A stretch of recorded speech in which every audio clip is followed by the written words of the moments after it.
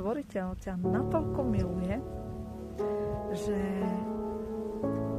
ti možno na chvíľočku rozbúra tvoj celý domček z karát, ale keď ti ho rozbúra, tak ti poukáže na tie všetky nedostatky, na to všetko, čo bolo postavené na piesku, na zlých základoch. A zrazu to vidíš. A najviac to pocítiš presne v ten moment, keď prídeš na staré miesto, kde si predtým chodieval často, sedával často a zrazu vidíš ten veľký rozdiel, čo všetko sa udialo, v akom postoji stojíš, v akých emóciách si, aké nové základy v srdci máš a čo všetko sa zmenilo, akú energiu do seba dávaš, ako vnímaš, ako cítiš zrazu zo svojho srdca inú lásku, ako vnímaš jeho prítomnosť inak. A zrazu, aj keď to celé možno chvíľami bolelo, ty ďakuješ vo svojom srdci, že stvoriteľ na teba myslel a že to, ako prepáloval teba a brúsil ako diamant, aby si sa skvel, jasal, bol zámer pre tvoje dobro. Nebol to zámer preto, aby ťa trápil, aby ťa nejakým spôsobom ničil, ale práve naopak, aby ťa posunul, aby ťa dvihol, aby si ten svoj domček postavil na dobrých základoch, na pevných základoch. A to chce istý čas. Preto nikdy sa nelakaj.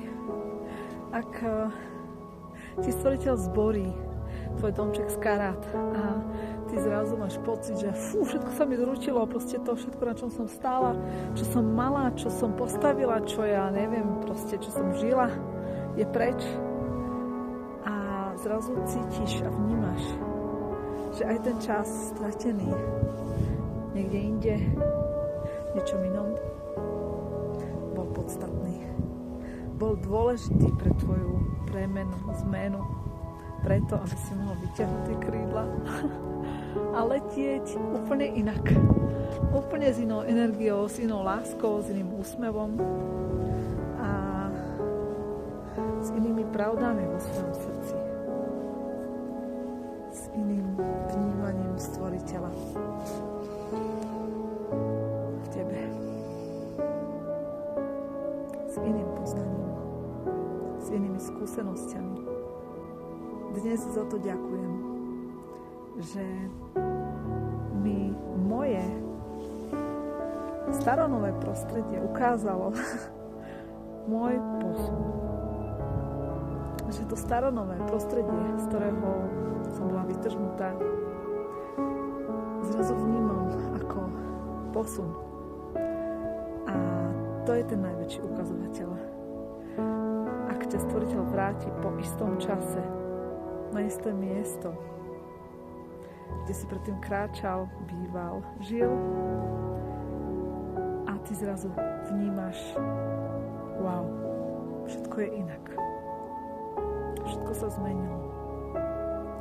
A tam vidíš, čo reálne s tebou tvoril a robil stvoriteľ sám.